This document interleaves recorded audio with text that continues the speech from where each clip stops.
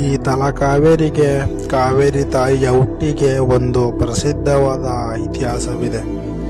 ಇತಿಹಾಸದ ಪ್ರಕಾರ ಕಾವೇರಿ ನದಿಯನ್ನು ಅಗಸ್ತ್ಯ ಋಷಿ ಮುನಿಗಳು ತಮ್ಮ ಕಮಂಡಲುವಿನಲ್ಲಿ ಇರಿಸ್ಕೊಂಡಿರ್ತಾರಂತೆ. ಕಮಂಡಲು ಅಂದರೆ ಅಂದಿನ ಕಾಲದಲ್ಲಿ ಕಂಚಿನ ಪಾತ್ರೆ ಅಂತ ಕರೀತಾ ಇದ್ರು. ಒಂದ್ಸಾರಿ ಹೀಗೆ ಅಗಸ್ತ್ಯ ಋಷಿ ಮುನಿಗಳು ಒಂದು ದೊಡ್ಡ ವೃಕ್ಷದ ಕೆಳಗಡೆ ಕಮಂಡಲು ಇಟ್ಕೊಂಡು ಧ್ಯಾನ ಮಾಡ್ತಾ ಕೂತಿದ್ರಂತೆ. ಅಲ್ಲಿಗೆ ನಮ್ಮ ವಿಘ್ನ ವಿನಾಶಕ ಗಣೇಶ ದೇವರು ಒಂದು ಕಾಗೆಯ ರೂಪವನ್ನು ತಾಳಿ ಆ ಕಮಂಡಲು ಮೇಲೆ ಕೂತ್ಕೊಂಡು ಆ ಕಮಂಡಲುವನ್ನು ಕೆಳಗಡೆ ಬೀಳಿಸಿದ್ರಂತೆ.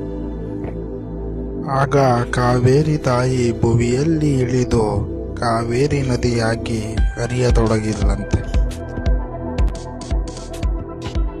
ಇಷ್ಟೆಲ್ಲ ಪವಿತ್ರತೆಯನ್ನು ಹೊಂದಿರೋ ಈ ಕಾವೇರಿ ಮಾತೆಯ ಋಣವನ್ನು ನಾವು ಎಂದಿಗೂ ತೀರಿಸಲಾಗಲ್ಲ.